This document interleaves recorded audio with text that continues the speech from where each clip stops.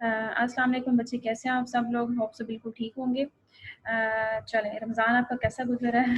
Hope so बिल्कुल ठीक गुजर रहा होगा।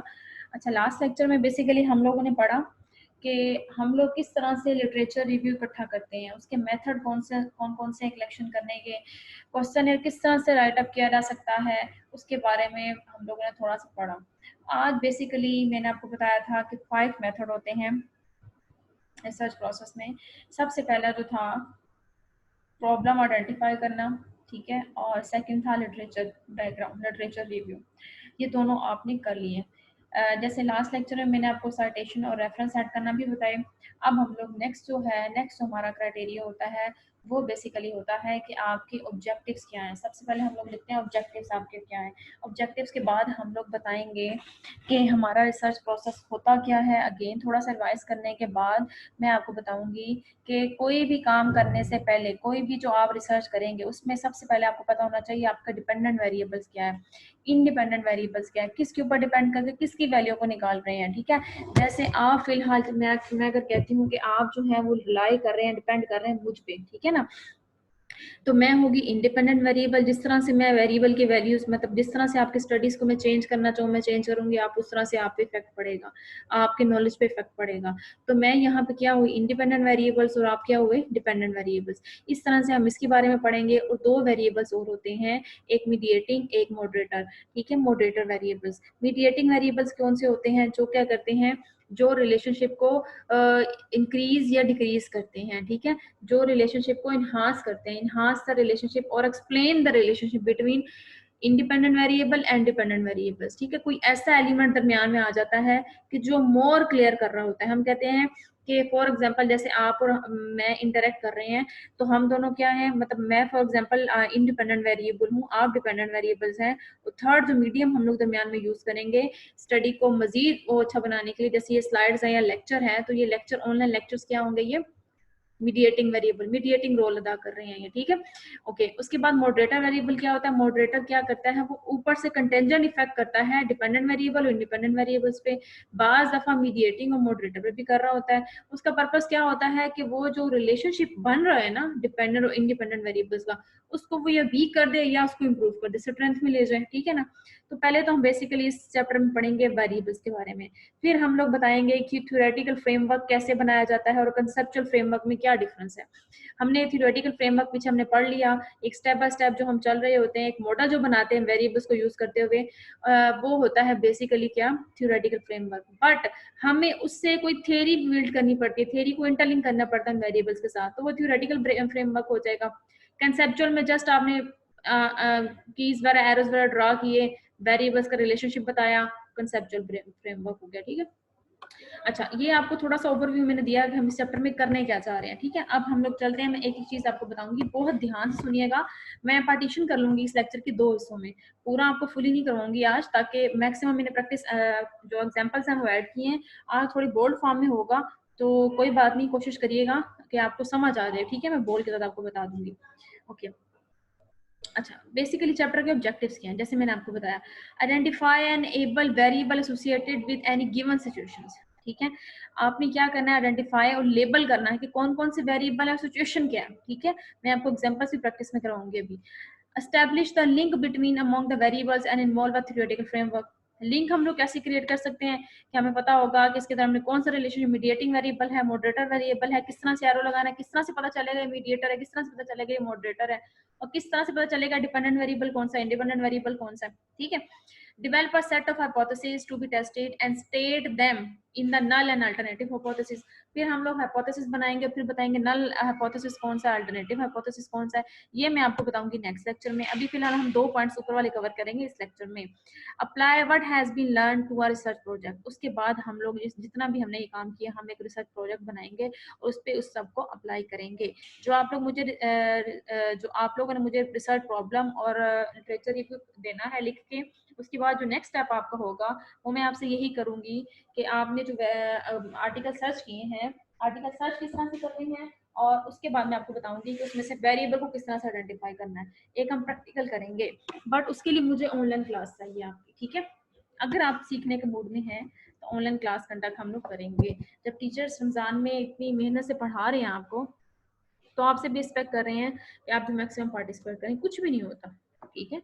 हम लोग मल्टी काम कर रहे होते हैं एट अ टाइम, 7-7 8 लेक्चर्स की रिकॉर्डिंग कर रहे होते हैं विद रमजान ना, तो आप भी कोशिश करें, इंशाल्लाह हो जाएगा, ठीक है। उसके बाद जैसे हमने बताया थ्योरेटिकल फ्रेमवर्क बनाएंगे, फिर हम लोग जनरेशन हाइपोथेसिस, जनरेट हाइपोथेसिस बनाएंगे, ठीक है। ओके, ये जो है ये बेसिकली उम्मे सिकरान की जो बुक है आपकी रिसर्च मेथोडोलॉजी की, मैंने आपको सेंड भी की हुई है। इसमें क्या है, इसमें बेसिकली ये स्टेप्स है, ठीक है, ये 11 स्टेप्स हैं, इसको बोलते हैं रिसर्च प्रोसेस। सबसे पहले ऑब्जर्व किया broad area of research interest identify, जैसे मैंने आपको सोशल नेटवर्क, सोशल मीडिया पे इस तरह से 3-4 टॉपिक दिए हुए हैं, आपने क्या करना है, आपने ऑब्जर्व करना है, ठीक है, उसके ऊपर डाटा इकट्ठा करना है, गूगल से सर्च करना है आपकी मर्जी, आपने आर्टिकल को सर्च करना है आपकी मर्जी। आप जब भी सारा कुछ कर लेंगी, करने के बाद आपने क्या करना है, फर्स्ट ऑप्शन आपकी क्या है, आपने डाटा इकट्ठा करना है। डाटा दो तरह से इकट्ठा हो सकता है, प्राइमरी तरीके से और सेकेंडरी तरीके से। प्राइमरी तरीके से आप किस तरह से इकट्ठा करेंगे, आप करेंगे थ्रू इंटरव्यू, ठीक है, और सेकेंडरी तरीके से किस तरह से करेंगे, वेबसाइट्स के ऊपर, ठीक है, जो डाटा ऑलरेडी अवेलेबल है, जैसे मैंने आपको लास्ट सेक्शन में बताया। इकट्ठा करने के बाद आपने यहाँ तक का काम तो कर लिया, बल्कि नेक्स्ट भी कर लिया प्रॉब्लम आइडेंटिफिकेशन का, ठीक है।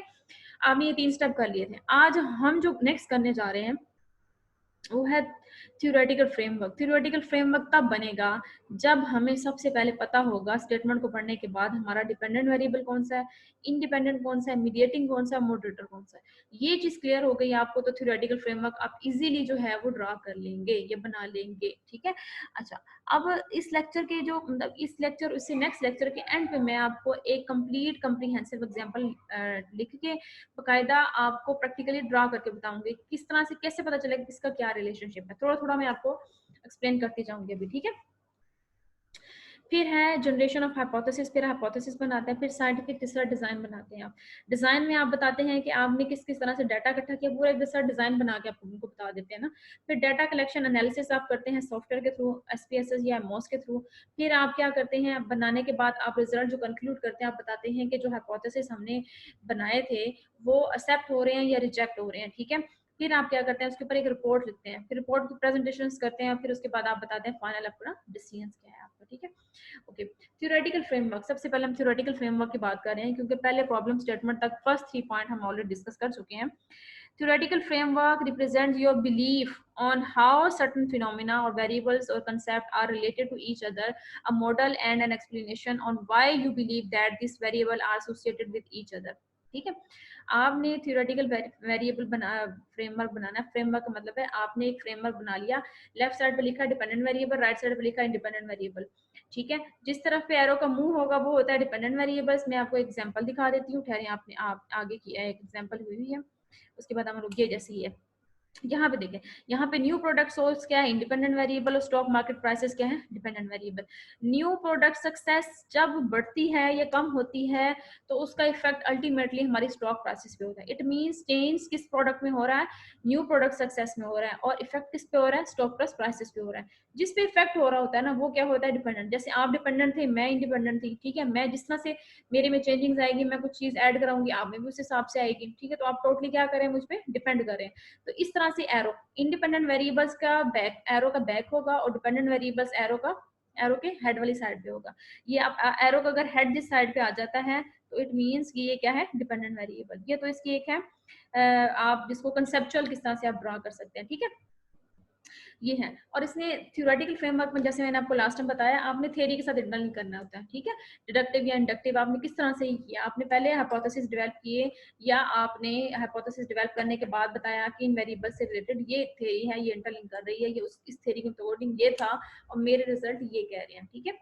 उसके बाद है basic concept, identify and labeling the variables, correctly state the relationship among the variables, formulate hypothesis। इस सबसे पहले आपने क्या करना है, करेक्टली आपने बताना है आपके वेरिएबल हैं कौन कौन से, फिर आपने बताया उनके दरमियान रिलेशनशिप क्या है, रिलेशनशिप कैसे बताएंगे, हाइपोथेसिस बनाएंगे उनके। हाइपोथेसिस किस तरह से बनाने, बिल्कुल परेशान हो, मैं आपको नेक्स्ट सेक्शन में खुद बनाना सिखाऊंगी। यहाँ तक आप फिलहाल ये समझ लें, पहले हमने हमारा जो काम होता है वेरिएबल को आइडेंटिफाई करना, नेक्स्ट हमारा काम होता है हाइपोथेसिस डेवलप करना, ठीक है। हाइपोथेसिस डेवलप करने के बाद आपको बताते हैं कि आप क्या एक्सपेक्ट करते थे इस रिलेशनशिप से और रिजल्ट क्या निकले हैं आपके, ठीक है। फिर उसके बाद हम वेरिएबल की डिस्कस करते हैं। वेरिएबल 4 तरह के होते हैं, dependent variable, independent variable, moderator variable and mediating variables. ठीक है, इंडिपेंडेंट वेरिएबल्स क्या है? डिपेंडेंट वेरिएबल को डीबी बोलते हैं, इंडिपेंडेंट वेरिएबल को आईबी बोलते हैं हम लोग। If is of primary interest of the researcher, the goal of the researcher project is understand, predict or explain the variability of this variable।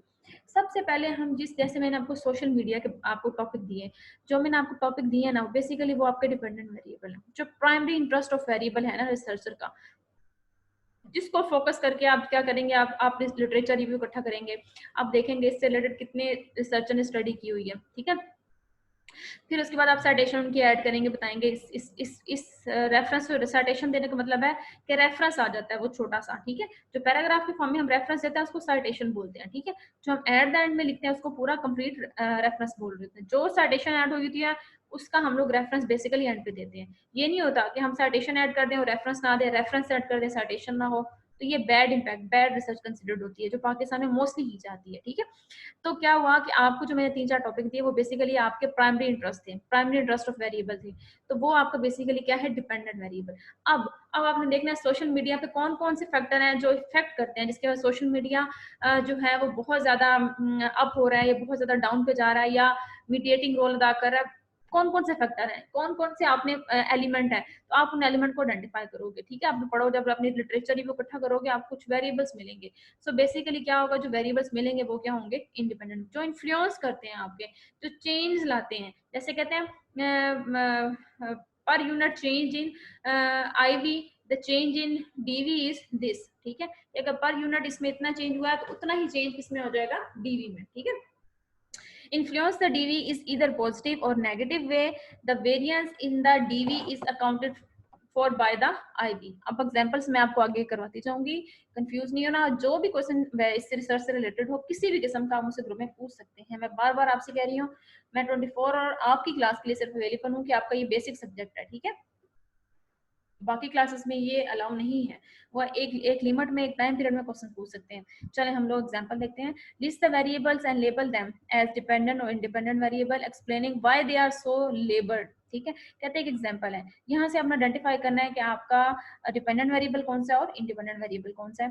N applied researcher wants to increase the performance of organisation member in particular bank. अब यहाँ पे आप खुद identify करें कि यहाँ पे देखें, एन अप्लाइड रिसर्चर क्या कर रहे हैं, wants to increase the performance of organisation member, किस चीज को इंक्रीज करना चाह रहे हैं, performance of organisation members in particular bank. अब आप मुझे ये बताएं कि मेन वेरिएबल यहाँ पे किस चीज को इंक्रीज करना चाह रहे हैं। अच्छा जी, ठीक है, अब बेसिकली यहाँ पे क्या है, यहाँ पे performance of organisation dependent variable है और अप्लाइड रिसर्च क्या है, इंडिपेंडेंट वेरिएबल है। ठीक है, ओके, एग्जांपल 2 है, research studies indicate that successful new product development has an influence on the market stock price. कहते हैं इन्फ्लुएंस का वर्ड आगे यहाँ से आपको क्लियर हो जाए, कहते हैं कि रिसर्च स्टडी इंडिकेट जाहिर करती है that successful new product development, कहते हैं अगर न्यू प्रोडक्ट में डेवलपमेंट की जाए, सक्सेसफुल डेवलपमेंट हो जाए, तो वो इन्फ्लुएंस किसको कर रही है, स्टॉक मार्केट प्राइसेस को। तो स्टॉक मार्केट प्राइसेस को जिसको इन्फ्लुएंस किया जाता है, ठीक है, मतलब इंडिपेंडेंट वेरिएबल में तो चेंजिंग्स आ रही होती है ना, और बेसिकली इन्फ्लुएंस किसको कर रहा है, अदर वेरिएबल। जो अदर वेरिएबल जिसको वो इन्फ्लुएंस करता है वो क्या होता है, डिपेंडेंट वेरिएबल। ठीक है, that is the more successful the new product turn out be, the higher will be the stock price of the firm. जितना ज्यादा मोर न्यू प्रोडक्ट जो है वो सक्सेसफुल होगी, उतना ही ज्यादा स्टॉक प्राइसेस जो है ना फर्म की इंक्रीज होंगी। ठीक है, अब यहाँ पे देखें, इंडिपेंडेंट वेरिएबल क्या है, is the success of new product. ठीक है, और डिपेंडेंट वेरिएबल क्या है, स्टॉक प्राइसेस। जैसे ये डायग्राम मैंने आपको दिखाई थी, आप जब भी ये डायग्राम आपने अगर इतनी सी बना दी है ना, दो वेरिएबल का रिलेशनशिप फिलहाल मैंने अभी आपको बताया, तो ये आपका क्या है, ये कंसेप्चुअल फ्रेमवर्क है। ठीक है, ये थ्योरेटिकल फ्रेमवर्क भी है, बट थ्योरेटिकल फ्रेमवर्क कब बनेगा, जब हम इससे इंटरलिंक कोई थ्योरी भी एक्सप्लेन करेंगे। इस रिलेशनशिप से रिलेटेड कोई थ्योरी है, जरूरी नहीं कि सेम वेरिएबल्स पे हो। लगता है कोरोना का सब हो रहा है, इसलिए घरों में रहे आप भी, हम भी बहुत एहतियात कर रहे हैं, बट ये है कि सेफ्टी प्रिकॉशंस में ये बहुत जरूरी है। चले, हम लोग फिर आगे कंटिन्यू करते हैं। तो क्या हुआ कि मैं आपसे कह रही थी कि थ्योरेटिकल फ्रेमवर्क भी है, बट अगर हम उसको थ्योरी से इंटरलिंक कर दे तो, लेकिन बेसिकली अब ये क्या है, कंसेप्चुअल फ्रेमवर्क है, थ्योरी का इंटरलिंक अभी नहीं है, अब इसको नहीं कहेंगे थ्योरेटिकल फ्रेमवर्क, ठीक है। अच्छा, उसके बाद एग्जाम्पल एक और है, cross-cultural research indicates that managerial values govern the power distance between superior and subordinates, ठीक है। अब यहाँ पे देखें, यहाँ पे आपको क्या लग रहा है कि cross-cultural research indicate that managerial values grow किसको ग्रो करती है, the power distance, ठीक है। अगर वो ग्रो होंगी तो क्या होगा, पावर डिस्टेंस ग्रो होगा, गॉन कर रही है उसको, तो पावर डिस्टेंस क्या होगा, डिपेंडेंट वेरिएबल, और मैनेजरियल वैल्यूज क्या होगा, इंडिपेंडेंट वेरिएबल। जैसे यहाँ पे आपको डायग्राम में दिखाएगा, अगेन मैं कह रही हूँ कि एरो का जो हेड वाली साइड पे होगा वो क्या होगा, डिपेंडेंट वेरिएबल। अगर आप एरो गलत लगा देंगे और आप नीचे एक्सप्लेनेशन नहीं देते, एक्सप्लेनेशन दे भी देते हैं, तो देखने वाला रैंडमली मैं भी अगर हूँ तो मैं इसको क्रॉस कर दूंगी कि आपने डिपेंडेंट वेरिएबल को इंडिपेंडेंट वेरिएबल कर दिया, इंडिपेंडेंट को डिपेंडेंट। इस तरह से आपके जो रूल ऑफ थंब है रिसर्च का वो भी रॉन्ग हो जाएगा, तो आपकी रिसर्च भी सारी गलत हो जाएगी, ठीक है। इसलिए ध्यान से एरो लगाएं, ध्यान से मॉडल अपना बनाएं, ठीक है। अब है मॉडरेटर वेरिएबल। मॉडरेटर वेरिएबल को जैसे मैंने आपको बताया कि मॉडरेटर वेरिएबल ऐसा है वेरिएबल है कि जो क्या करता है, कंटेंजेंट इफेक्ट करता है between the two variables. Two variable कौन से, डिपेंडेंट वेरिएबल और इंडिपेंडेंट वेरिएबल्स, ठीक है। इन दोनों के ऊपर से वो इफेक्ट करता है, जो कि इनका जो रिलेशनशिप है ना, ये जो अवेलेबिलिटी ऑफ रेफरेंशियल मैनुअल्स और ऑफ रिजेक्टेड, इन दोनों का जो रिलेशनशिप है ना, ये डिपेंडेंट, डीवी का मतलब डिपेंडेंट वेरिएबल, आईवी का मतलब इंडिपेंडेंट वेरिएबल।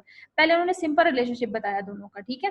बताने के बाद उन्होंने कहा थर्ड एक वेरिएबल है इंटरेस्ट एंड इंक्लेशंस, ठीक है। इसको एमवी का मतलब है मॉडरेटर वेरिएबल। ये क्या करता है, ये कंटेंजेंट इफेक्ट ऊपर से नीचे की तरफ इफेक्ट करता है दोनों वेरिएबल के रिलेशनशिप, ये रिलेशनशिप की लाइन है के ऊपर, ठीक है। ये जब इफेक्ट करता है तो ये या तो इनके रिलेशनशिप को इंक्रीज करता है, स्ट्रेंथ देता है, तो या इनके रिलेशनशिप को वीक बना देता है, ठीक है।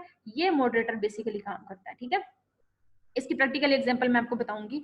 हम एक पूरा एक सिनेरियो लेंगे, एक हाइपोथेसिस लेंगे, हम पूरे एक प्रॉब्लम स्टेटमेंट लेंगे, फिर उसे हाइपोथेसिस बनाएंगे, फिर हम ये एक कंसेप्चुअल फ्रेमवर्क बनाएंगे, फिर मैं आपको बताऊंगी, ठीक है। पेपर पूरा हम एक करेंगे। अभी आप लोगों के असाइनमेंट आप फिलहाल आप करें, और असाइनमेंट के बाद जैसे जैसे आप करते हैं मुझे कहा, मुझे आइडिया होता जाएगा, जैसे जैसे मैं पढ़ाती जाऊँ आप उसको प्रैक्टिकल करते जाएं, ठीक है। फिर जहां जहां मसला है कि मैम हमने ये काम किया है, बेशक एक्स्ट्रा भी कर सकते हैं असाइनमेंट से हट के भी, कि मैम ये काम कर रहे थे और यहाँ पे इशू आ रहा है, हमें यहाँ पे गाइड कर दिया थोड़ा सा, तो मैं आपको वहां पे गाइड करूंगी। रिसर्च सीखनी आपने है, सीखने से आएगी, मैं पढ़ा दूंगी, आप मुझसे क्वेश्चनिंग नहीं करेंगे, मुझे लगेगा आपको आगे, बट असल में आपको नहीं है, ठीक है। रिसर्च सिर्फ ये सुन के करने का नाम नहीं है, रिसर्च है प्रैक्टिकल करने का। जब प्रैक्टिकल करते हैं तो जमीन आसमान का फर्क होता है, हम नहीं कर पाते, और इतनी डीप तरीके से कोई भी नहीं करवाता आपको, ठीक है। तो मैं आपको एक आर्टिकल भी करके तो बताऊंगी किस तरह से करना है। हमें बहुत मुश्किल पेश आई थी एमफिल में, और किसी ने गाइड नहीं किया था। फिर वो कहते हैं ना, धक्के जब सर पे पड़ती है, ये धक्के खा के सारे सीख लेते हैं, तो वो हिसाब हमारे साथ हुआ था। तो मैं नहीं चाहती कि आप लोगों के साथ भी हो, तो आप जो है मैक्सिमम क्वेश्चनिंग किया करें, ठीक है। ओके, मॉडरेटर इज क्वालिटेटिव, ठीक है। कहते हैं क्वालिटेटिव भी हो सकता है, क्वांटिटेटिव भी हो सकता है। मॉडरेटर पे कोई वो नहीं है एक्सपेंशन की, आप सिर्फ ये क्वालिटेटिव होगा या सिर्फ क्वांटिटेटिव होगा, ठीक है। क्वालिटेटिव मतलब क्वालिटी की बेस पे, race, gender, class. Quantitative means level of reward by variables that effect the directions और strength of the relation between independent variable and dependent variable. Clear हो गया। उसके बाद अब हम एग्जांपल पढ़ते हैं। Is one that has a strong contingent effect, contingent मैंने कहा था ना ऊपर से नीचे की तरफ, on the independent variable and dependent variable relationship. The presence of the moderating variable modifies the original relationship between the independent variable and dependent variables, ठीक है। अच्छा, अब एक हम लोग पढ़ते हैं, हम एक एग्जांपल देख लेते हैं, ठीक है। अब पहले यहाँ पे एग्जांपल आप देखेंगे तो आपको लगेगा, मुझे देख के पढ़ के बताइएगा मेरे साथ, कहीं पे किसी क्वेश्चन हो तो वो भी मुझसे पूछ सकता है कि इस सिनेरियो में आपको मॉडरेटर वेरिएबल नजर नहीं आ रहा, बट सेम एग्जांपल जब हम लोग 19 स्लाइड में करेंगे तो वहां पे आपको नजर आएगा। डिफरेंस क्या है दोनों में, बहुत ध्यान से देखिएगा अगर आपको क्लैरिटी चाहिए तो, ठीक है। A research study indicates that the better the quality of the training program, अगर ट्रेनिंग प्रोग्राम की क्वालिटी बेहतर होगी in an organization में, and the greater the growth needs of the employees, तो growth भी क्या होगी, employees की बढ़ेगी, where the needs to develop and grow through the project is strong, ठीक है। the greater their willingness of to learn, कहते हैं जितनी ज्यादा training, quality of training programme बढ़ेगी ना, उतनी ज्यादा greater in their willingness to learn, उतनी ज्यादा उनमें विलिंगनेस टू लर्न जो है वो बढ़ेगी, ठीक है। तो मेन चेंज किस में आ रहा है, quality of the training programme. अगर इसमें चेंजिंग होगी, बेटर क्वालिटी होगी, तो ऑटोमेटिकली क्या आएगी चेंज, किसमें आएगी, greater in their willingness to learn. तो it means greater in their willingness to learn क्या होगा हमारा डिपेंडेंट वेरिएबल, और इंडिपेंडेंट वेरिएबल क्या हो गया, क्वालिटी ऑफ ट्रेनिंग प्रोग्राम। ठीक है, यहाँ पे देख लें, सेम आपको नजर आ रहा है। उसके बाद है अब situation 2, same as it is example है, थोड़ा सा चेंज है, आप जरा देखिएगा ध्यान से। And other research study indicate that willingness of the employees to learn new way of doing thing is not influenced by the quality of the training programme offered by the organisations to all people. कहते हैं कि जो willingness of the employees to learn है ना, उनमें कोई changing नहीं आई, कोई इन्फ्लुएंस उसमें नहीं हुआ। ठीक है, किसकी वजह से आना था change, quality of training programme की वजह से जो आना था। It means quality of training independent variable था ना, और willingness of employees to learn dependent variable था। कहते हैं इसकी वजह से इसमें कोई चेंज नहीं आया। वजह क्या हुई, क्यों नहीं चेंज आया, ठीक है, क्योंकि एक थर्ड वेरिएबल एंटर हो गया था। Without any distinction only those, उस सूरत में होगा विद हाई ग्रोथ नीड्स। अगर हाई ग्रोथ नीड्स होगी तो उस सूरत में ये जो होगा ना, willingness of employee to learn, ये बढ़ेगा, ग्रेटर होगा। इट मींस एक थर्ड वेरिएबल आ गया जो क्या कर रहा है, इनके रिलेशनशिप को स्ट्रॉन्ग कर रहा है, मजीद स्ट्रॉन्ग कर रहा है। Seem to have the yielding to learn do new things through specialised training. अब यहाँ पे देखें, डिपेंडेंट वेरिएबल हमारा है employees willingness to learn, independent variable quality of training programme, and moderator variable क्या होगा, is the need to growth. ठीक है, तो ये स्ट्रेंथ कर रहा है, स्ट्रेंथन कर रहा है relationship between DV and IV. Clear हो गया आपको? मुझे लगता है इससे ज्यादा मैं आपको क्लियर नहीं कर सकती, बहुत मैंने डीपली जाकर समझाया आपको। उसके बाद है इंटरवेनिंग। इंटरवेनिंग वेरिएबल कह लें या आप इसको कह लें मीडिएटिंग वेरिएबल्स। इंटरवेनिंग वेरिएबल्स या mediating variables.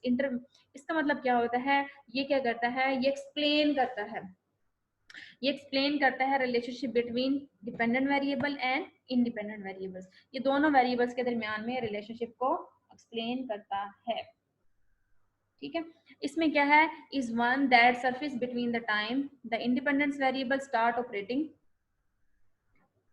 the independent variable start operating to influence the dependent variable and the time their impact is felt on it. ठीक है, और variable that explain the relationship between IV and DV, independent variable and dependent variable.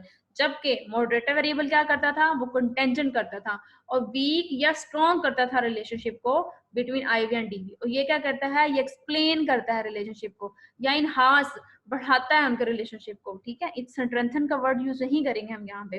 ठीक है, example है, a proven theory is that the diversity of the workforce according to different ethnic or origins, races and nationalities contributes more to organization effectiveness. ठीक है, कहते हैं diversity of workforce, अगर workforce में diversity होगी तो ऑर्गेनाइजेशन इफेक्टिवनेस मोर होगी। ठीक है, because each group brings its own special expertise and skills to the workforce. The synergy can be exploited, however, only if managers know how to harness the special talent of the diverse workforce. Otherwise, they will remain untapped. ठीक है, अब इसमें कैसे पता चला आपको कि इंटरवेटिंग variables है, था ऑर्गेनाइजेशन इफेक्टिवनेस हमारा था डिपेंडेंट वेरिएबल और वर्क डाइवर्सिटी था इंडिपेंडेंट वेरिएबल। वर्क डाइवर्सिटी में चेंजिंग्स आएगा तो वो इन्फ्लुएंस करेगा ऑर्गेनाइजेशन इफेक्टिवनेस को।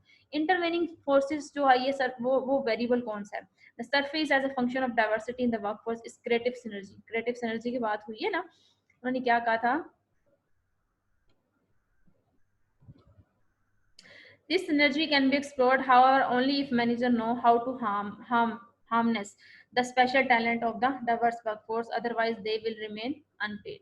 ठीक है, ओके, अब हम लोग चलते हैं, इसके एक और एग्जांपल है, इसी को फर्दर एक्सप्लेन कर रहे हैं। The creative synergy result from the diverse workforce. ठीक है, interacting and bringing together their expertise in problem solving. Note that creative synergy the intervening variable surface at time T2 as a function of workforce diversity, which was in place at time T1 to bring organization effectiveness in time 3. The dynamic of this relationship are illustrated in figure 6 and 7. हम लोग देख लेते हैं उसमें किस तरह से उसको फिगर आउट किया हुआ है, क्या मतलब है T1 का, T2 का एंड T3 का। ठीक है, वो मैं आपको बताती हूँ नेक्स्ट एग्जांपल्स में। ठीक है, डायग्राम देखकर। अब थ्योरेटिकल फ्रेमवर्क क्या है, थ्योरेटिकल फ्रेमवर्क जैसे मैंने आपको बताया चारों वेरिएबल्स का पता चल गया। किसी एक एग्जांपल्स को ले, उसमें मीडिएटिंग वेरिएबल भी हो, मॉडरेटिंग वेरिएबल भी हो, आपको पता डिपेंडेंट वेरिएबल भी हो, इंडिपेंडेंट वेरिएबल्स भी हो, ठीक है। फिर आपने बताना है कि किस तरह से हम उसका रिलेशनशिप को शो करेंगे और एरोस किस तरह से लेंगे। अगर हमारे एरोस गलत हो गया तो हमारा रिलेशनशिप गलत हो जाएगा, ठीक है। Having examined the different kinds of variables that could operate in a situations and how the relationship among these can be established, ठीक है, it is now possible to see how we can develop the conceptual model or theoretical model for our research। जैसे मैंने आपको पीछे बताया कि आपने just arrow लगा के वेरिएबल्स आइडेंटिफाई करके लिख दिया, तो वो क्या था आपका कंसेप्चुअल मॉडल। बट अगर आप मॉडल लिखने के बाद बताते हैं कि इस थ्योरी ये कहती है बट हमारे रिजल्ट इंटरलिंक करते हैं, तो फिर आप ये क्या होगा, theoretical framework. Theoretical framework is the foundations on which the entire research project is based, ठीक है। थ्योरी पीछे क्या कहती है, हमारी रिसर्च क्या कहती है, थ्योरी पीछे क्या कहती है, हमारे रिजल्ट क्या कहते हैं, मतलब इंटरलिंक करना है हर जगह पे आपने। तो बेसिकली कि पूरी की पूरी आपके जो रिसर्च प्रोजेक्ट है वो बेस किस पे कर रहा होता है, थ्योरेटिकल फ्रेमवर्क जो आपने पीछे बनाया है। Basically it is logically develop, describe and elaborated network of association among the variables deemed relevant to the problem situations, ठीक है। The component of the theoretical framework, component कौन कौन से हैं, जैसे मैंने आपको बताया, सबसे पहले तो आपने क्या करना है, द वेरिएबल को identify, variable considered relevant to the study should be clearly defined, ठीक है। अब उसको क्लियरली डिफाइन कर दें। A conceptual model that describe the relationship between the variables in the model shown be given. उसके बाद आपने एक मॉडल बनाना है उनका, उसमें आपने, मैंने आपको सिंपल कहा था जैसे हमने पीछे बनाया, आपने अभी थ्योरी को एक्सप्लेन नहीं किया। Clear explanation of why we expect this relationship to exist. तो हम ये इसका मतलब है बेसिकली हम लोग थ्योरी से इंटरलिंक कर रहे हैं पॉइंट 3 में, ठीक है। उसको एक्सप्लेन करना है कि हमने जो मॉडल बनाया किस बेस पे बनाया हमने। हम कहेंगे पीछे थ्योरी ये कहती है तो हमारी थ्योरी के मुताबिक ये काम है, ये किस तरह से इंटरलिंक होगा, ये भी मैं जो पास्ट एक पकड़ूंगी आर्टिकल, और इन ये करने के बाद प्रैक्टिकली आपको करके जब दिखा रही होंगी कि ये देखें इस पेपर में क्या कहा गया था और हमने क्या किया है, तो फिर आपको ज्यादा क्लियर होगा, ठीक है। But in online class again मैं कह रही हूँ आपसे, the relation between the literature survey and the theoretical framework. हाँ, जैसे मैंने आपको कहा, मैंने आपको कल लिटरेचर रिव्यू में बताया कि सबसे स्ट्रॉन्ग लिटरेचर रिव्यू वही होता है जिसमें आप इंटरलिंक कर रहे होते हैं उसके थ्योरी के साथ, ठीक है। थ्योरी का लिटरेचर रिव्यू में हम थ्योरी को डिस्कस जरूर करते होते हैं, ठीक है। उसकी बेस पे हम लोग थ्योरेटिकल फ्रेमवर्क बनाते हैं, उसकी बेस पे हम लिटरेचर रिव्यू वाले चैप्टर की बेस पे हम लोग फाइनल कंक्लूजन देते हैं अपनी रिसर्च का, ठीक है। तो बेसिकली आपका जो लिटरेचर बैकग्राउंड का जो चैप्टर है वो बहुत स्ट्रॉन्ग होना चाहिए, ठीक है। बेसिकली उसी के ऊपर आपकी पूरी की पूरी रिसर्च बेस कर रही होती है। The literature survey provides a solid foundations for developing the theoretical framework. The literature survey identify the variables that might be important as determined by previous research findings, ठीक है। theoretical frameworks क्या करता है, elaborate the relationship among the variable, explain the theory underlying these relations and describe the nature and directions of the relationship। ये basically theoretical framework है। आप यहाँ पे देखें, यहाँ पे आपको नजर आ रहा होगा conceptual framework। conceptual framework और theoretical framework में क्या फर्क है, जो कंसेप्चुअल मॉडल है वो डिस्क्राइब करता है relationship between the variable in the model should be given, ठीक है, मॉडल बना के। बट आप देख रहे होंगे कि जो थ्योरेटिकल फ्रेमवर्क है वो elaborate the relationship among the variable, explain करता है उसको theory underlining this relations and describe the nature and directions of the relationship, ठीक है। The theoretical framework provides the logical base for developing testable hypothesis, ठीक है। Delta L examples हैं, ठीक है। एग्जांपल्स पढ़ के हम लोग देखते हैं, थोड़ी सी स्लाइड्स में रह रही है, बाकी हम लोग बाद में करेंगे, ठीक है, नेक्स्ट लेक्चर में। According to the report, Delta Airlines face charges of air safety violations when there were several near collisions in mid air and one accident that resulted in 137 death in 1987। four important factors that seem have influenced these are, कहते हैं कि delta airline ने मतलब कुछ charges face किए, ठीक है, air safety violation से रिलेटेड, ठीक है। उसमें इतनी डेथ हुई है, ये ईयर था, उसमें देखते हैं फैक्टर कौन कौन से, फोर फैक्टर्स थे। फोर फैक्टर्स के नेम लिख दिए, पुअर कम्युनिकेशन था, पुअर कोऑर्डिनेशन थी, उन्होंने इन रीजन की वजह से ये जो था ना एयर सेफ्टी वायलेशन हुआ, ठीक है। चलो, it means air safety violation हमें पता चल गया हमारा मेन प्राइमरी वेरिएबल है, वेरिएबल ऑफ इंटरेस्ट है, तो फिर ये क्या हुआ, डीवी, ठीक है। और ये जो चार एलिमेंट है ये क्या हुआ, आईबी।